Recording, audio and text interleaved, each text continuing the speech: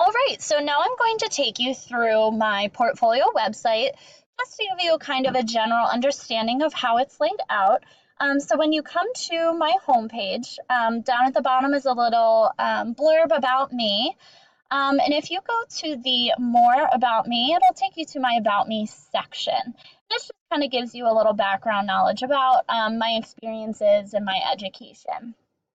When you go to the pre-internship portfolio site, you will see my Google Doc of all of my projects that align with the standards, as well as the rationale for why I chose those to match the standard. You come back up to the menu and go to internship information.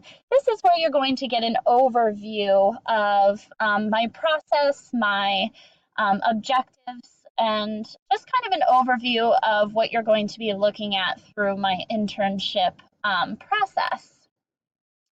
Going back up, if you just hover over the internship information, I have my key concepts page. This is where I chose 5 key concepts and match them with an artifact from my portfolio, from my internship experience.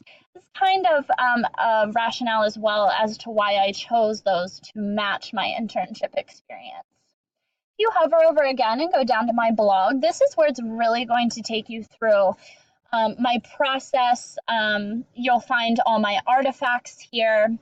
For example, if I click on October, you can see all of my posts through October, my reflections, what went well, what didn't, as well as each artifact, either a Google Doc or a picture of my different artifacts as we go along. And that's really where you're going to get the overall picture of how my experience went.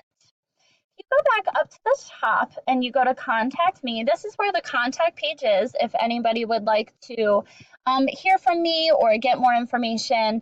Just input first and last name, email address, and comments. So I hope that you enjoyed hearing about my internship experience, and I hope you visit my website to learn more.